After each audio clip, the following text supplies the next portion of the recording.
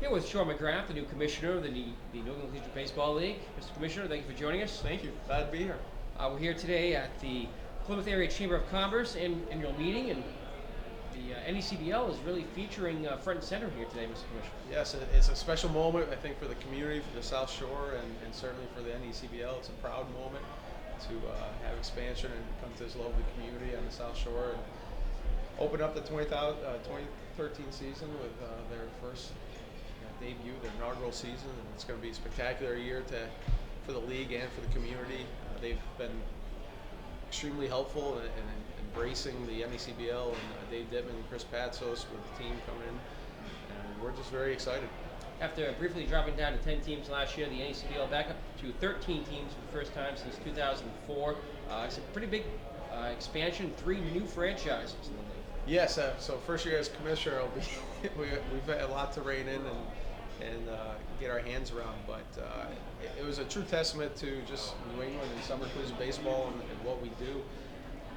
The fact that we expressed interest, that we were looking to expand, and many communities raised their hands, and many people were interested in bringing summer collegiate baseball into their communities each and every summer. So it was great to hear the interest and feedback that we received, and we're thrilled to be bringing 3 teams in. I don't think that if you asked us in August if that would have happened, I'm not sure if we would have been so confident. But the interest and the energy and the welcoming receptions that we've had from these communities has been tremendous. Of course, these teams in very diverse geographic locations. You got the new team in Rhode Island, the Ocean State Waves, and a team up in New York now. Yes. New York, Saratoga being Western Massachusetts native, and the Saratoga Springs community has always been a big part of life in Vermont and Massachusetts.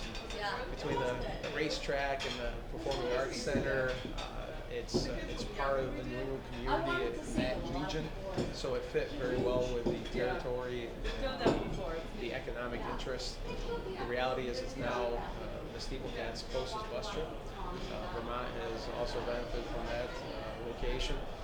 And the fact that it's not in New England, I think we can look at collegiate sports nowadays and recognize that the affiliation to the Big East and teams are from San Diego State and Boise. To have one outlier outside of New England that's bordering the New England states is not a big issue as far as, or not big enough of a reason not to listen to those interested communities. And Saratoga is a spectacular community, and I have nothing but great high hopes for them. Of course, so you mentioned North Adams, and you've had a big hand in that organization for a number of years now. And of course, that wasn't your start in the NECBL. Right.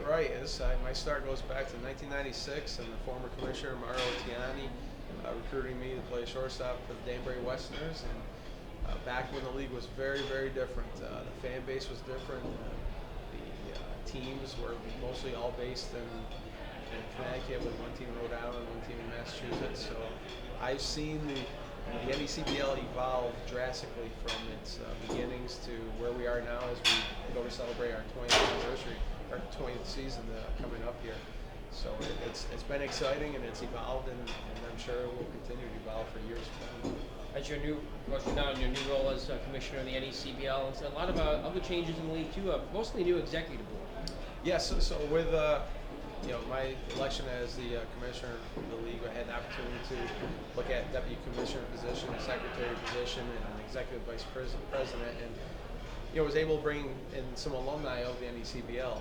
We were proud to be working with Max Pinto, a women's college graduate who played for the North Adams Steeplecats in 2007, who was attending the Dartmouth graduate business program, and he's going to be a tremendous asset. He's obviously passionate about the game of baseball, has a great professional business experience, very educated, so he's going to be able to bring, in his role as secretary, a lot of energy, excitement, and be able to relate well to the 21st century and where this league needs to progress.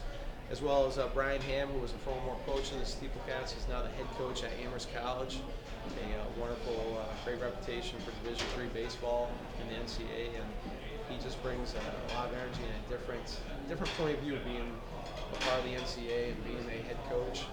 So he's going to bring a lot of value to that board, as well as Greg Hunt, who will also serve as deputy commissioner. And again, Greg, who coached for a long time in Torrington with Torrington Twisters and knows the league inside and out. He's been a lifelong educator. And I'm really excited about that board. And fortunately, John DeRosa continues to serve as president and has been a tremendous leader with developing the vision and helping guide the league toward that vision. And will continue to do so. So with a lot of changes in the league, a lot of the changes are coming from veterans who've been around the league for a long time. Exactly. It's we're all the best interest of the league is certainly at everybody's heart, and everybody brings different. My goal of kind of building that executive team is to bring different interests, different skill sets, and just help us as an executive group to grow the league in the right direction. And I look at each one of those pieces and team members, as I like to call them. And I really think that we have a great team and a great leadership group to work with the 13 teams in NECBL to continue to move the league forward and progress. Of course, we're here today not just to prop up the NECBL, but a new team, one of those 3 new franchises, the Plymouth Pilgrams, which will be a starting play June 7th here in Plymouth, Massachusetts. And you'll be here today along with some of the new front office personnel of that team, which comprises some former Newport Gulls front office members, and Dave Dittman and Chris Patson. Exactly. It's again in August. If you asked, we would have 3 new teams. I'm not sure what I would have said, but we're here today, and with the great leadership of John DeRosa and Chris Patsos, who served primarily as the expansion committee and worked extremely closely with the community of Plymouth and countless number of community volunteers and chamber members and Parks and Rec department in the town of Plymouth. They spent countless hours talking and discussing whether this was going to be a reality, how it was going to happen, and to think that Plymouth has an individual like Dave Dittman as president and Chris Patsos, who's remember Newport Gulls, helped run Newport Gulls for so many years, as their leadership is invaluable. It's almost priceless. When I think back to many of our other teams that expanded, they started from scratch with somebody who didn't have experience in the NECBL, somebody who didn't have experience running a summer Queens Baseball League team. And you look at what Plymouth has in those 2 individuals, and it's a wealth of information, it's a wealth of knowledge, wealth of experience, and they couldn't be in better hands. And when you marry those 2 individuals with a community like the South Shore, I can't help but imagine it's going to be a home run and enormous success this year and for many years. Sean McGrath, the Commissioner of the New England Baseball League, thank you for joining us here today, and we'll look forward to catching up with you at a later time. You bet. Thank you. Thank you.